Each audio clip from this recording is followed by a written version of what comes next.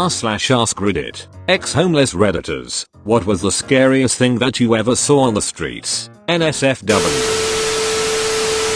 Not that scary, but one time I was on a park bench just killing time. This homeless dude that everyone called Red was at another bench. He came up to mine and asked if I would watch his shit while he slept for a bit, and I said yes. So he laid down next to me, and after a while he sat up for a cigarette. About 3 drags in, he starts coughing and his face turned all purple fast. Never realized how fast people turn purple from lack of oxygen. He fell over on his side, and I jumped up and gave him a little smack on the back a few times, and I kept yelling at him to get up. I was hesitant to call an ambulance cause of hospital bills that he obviously won't be able to pay, but right as I took my phone out to call, he had been unconscious for like 30 seconds at this point. He starts gasping and gets up. I asked him if he was okay, and all he says is fucking COPD and then takes a drag of the cigarette that he never even dropped the whole time that happened. Blows my mind he didn't drop it, LMAO. Kids beating the shit out of a homeless man. Started with them spitting on him. He gets up and runs after them. Then a couple of them hit him from behind with some IKEA looking wood. You know, the one that snaps easy. He gets mad and they run off. He comes back to the bench and falls asleep again. 10 minutes later they're back and they just start beating the fucking shit out of him. I had to jump in and stop them. Kids beating the shit out of a homeless man. Started with them spitting on him. He gets up and runs after them. Then a couple of them hit him from behind with some IKEA looking wood. You know, the one that snaps easy. He gets mad and they run off. He comes back to the bench and falls asleep again. 10 minutes later they're back and they just start beating the fucking shit out of him. I had to jump in and stop them. This was the scariest thing for me. I ended up sleeping in buses, burning sterno. It's like jellied rubbing alcohol that burns for a good while. I would try to constantly be walking cause if I stopped I'd probably fall asleep and die. I also sometimes rested under a bridge from time to time. One time I fell asleep under the bridge and I woke up finally feeling warm and cozy and thought it was nice to finally be able to rest. Then I realized that it's way too cold for this and I can't move without that frozen fingers pain everywhere. Struggled real hard to get my sterno out and could barely bend my fingers enough to light it. Like my hands were nearly useless. I'm really glad I woke up. Edit. Thanks for the gold. Edit 2. All you guys telling me you're glad I woke up got me feeling all warm and fuzzy inside. I haven't felt this happy to be alive for a long time. Thank you.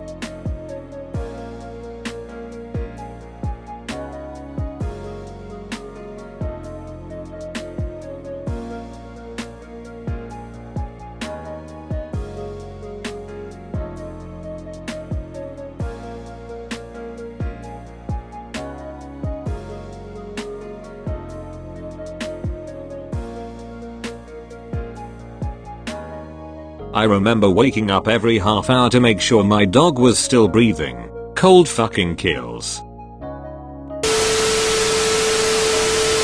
Let's see. Funny-ish. Guy at the shelter I stayed at got stabbed in the ribs by another guy. The guy who stabbed him just walked inside and attempted to go to sleep, while the guy who stabbed is sitting on a bench literally spurting blood out of his side and he lights a cigarette. When the staff called 911 and tried to help him, he was pushing them off saying he was fine. Horrible. There was a gas station down the street. A guy paid for gas, took the hose and doused himself in gasoline. I was smoking outside and I remember him walking by outside the yard area with a lighter in his hand, arm fully extended out. He was very mentally ill, so I didn't think anything of it. I couldn't smell gas or anything like that. I continued to smoke, light another one up. About 10 minutes later I'm inside bullshitting at the front desk and a dude runs in the front door and shouts, "Give me wet towels." The guy set himself on fire across the street. Homeless shelters aren't in good areas, so I just walked out casually thinking some idiot at the apartments across the street had set a rug on fire and the dude who ran in was just being a dumbass.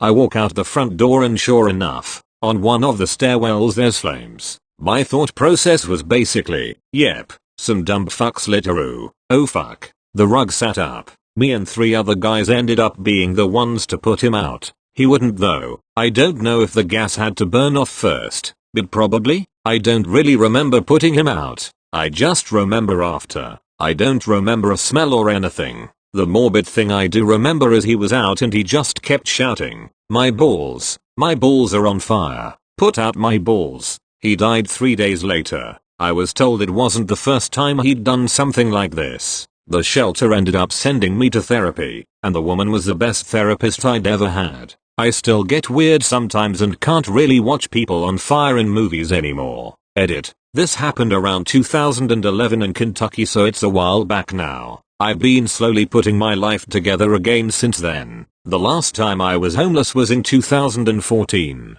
I'm still struggling financially, especially now, but I'm studying computer programming in my spare time so I can hopefully get where I want to be in life. I'm sorry I can't reply to everyone individually. I know you have questions. I can try to answer them, but I don't have a blow-by-blow on my feelings at the time, and I'd rather state that outright than reply individually with bullshit. I can say that my in general way of dealing with things is through sarcasm and inappropriate times humor, so I'm sure there was lots of that after it happened. But I can't say for sure. I'm not sure how to reply to the post saying it's better off at some point just to let someone burn. I'm not sure what to say to that. Thanks for the kind words. Edit. Location added. The scariest thing I saw was a man named Tony T. Apparently he had been a cokehead for years but had to keep a job to support his habit. He had received a huge settlement, over $500K, at which point he decided that he never had to work again. He lived on the streets and smoked cocaine all day. The best way to describe him is Tuco from Breaking Bad. He was generous with his drugs so people would naturally want to be around him, but he was unpredictable and dangerous. I have tons of stories about him being crazy aggressive, but the last time I saw him he beat a man with a pipe for dropping a tiny crack rock in the dirt. We are talking like $20 worth of dope, and he probably either killed the guy or fucked him up for life. I tried to stop him and he threatened to turn on me. I walked out, went to her phone and called my sister to come get me. She helped me get my shit together and I never went back. That was 30 years ago.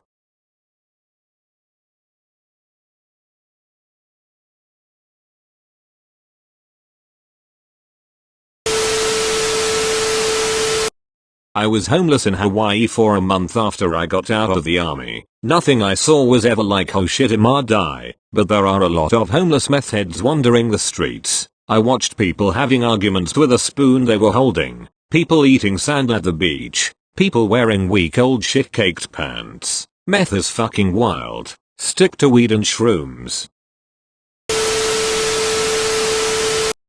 Was sleeping in the hills at our local park. Everybody called it Hobo Hill. We all used to sit in the creek in the park because it wasn't really visible from the road and cops mostly left you alone. A group of us were sitting there, a mix of 18, 20, 25, 30 years olds, smoking and passing a handle of whiskey back and forth. One guy got mad because some teen wouldn't pass the bottle. They bickered back and forth for a minute and I didn't think anything of it. No biggie. People fight over bottles all the time on the street. I went back to smoking and shooting the shit with a guy next to me. Next thing we know the kid is yelling and screaming. The guy had picked up a pretty big rock and wailed on the teen's head to get him to give him the bottle. The kid was bleeding really bad and you could tell he was hurt pretty bad. Dude had grabbed the bottle and was swigging more of it. Someone called the cops and said where we were so the kid could get some medical care, but pretty much everyone dipped out. Never really saw the kid again. I'm pretty sure he's okay, but he didn't really come back to the streets. He was young, so I'm hoping he went back to his parents' house.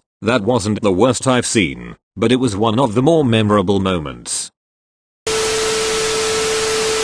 Scariest? I'll never forget it cause it was convinced we killed a guy but then seen him walking around a month or two later. Story time. I had been homeless couch surfing for like a year and scored and was able to spend a few weeks at my buddy Josh's house. Rip Joshy, I miss you. And we pooled our resources and just went on a bender. My thing was heroin and morphine. He loved ecstasy so I smoked some tar. He smoked some weed. Well shit I did too I think. Then we each popped triple stacks and decided to wander through the night in Oakland. We had some cops pass us and slow down, so we dipped from I think Jack London Square and we end up by some grocery store. We both hear screaming, but not normal screaming, like screaming that makes your hair stand. Josh was a trained mixed martial artist before his downward spiral, and this was still when he was a beast. Anyways, I start bolting towards the screaming and he's right beside me. We round the back of the store and in a loading dock all we can see is shuffling and screaming. A fight. Then we notice a chick. She the one screaming, and there's some dude fighting to get her pants off. I instantly realize what's happening in my haze and me and him locked eyes as I hit him the first time. Then I felt something. Figured I got stabbed and it fucking pissed me off. Right about then adrenaline overtook and I remember rolling him back over a few times so I could keep smashing his face. Josh was kicking the living shit out of him too. We stop and he's gurgling blood and shit, and the fucking chick, some crackhead, starts yelling at his unconscious body and kicked him, then went through his pockets. I asked her if she was okay and she told me to mind my own business. LOL. Okay then. We just hopped the fence and ended up following some train tracks into Berkeley I think, and ended up having a rough come down on the first South BART train back into Fremont. Her screams still scare me when I hear them. She was tough as nails though. Those were primal screams, and had we not shown up she may have been able to handle her own, who knows. F6 that I spent another 10 years fucking around crime and drugs. Feels like another life now, it's been so long. I miss the adventures and not caring about anything but each other. We were little addicts with all these big dreams and had zero idea of what we were doing. Edit. Thanks for all the nice replies guys. Means a lot to me. And kinda neat to me that 103 people thought about my friend Josh today, even if it was just for a second. He would have thought that was neat.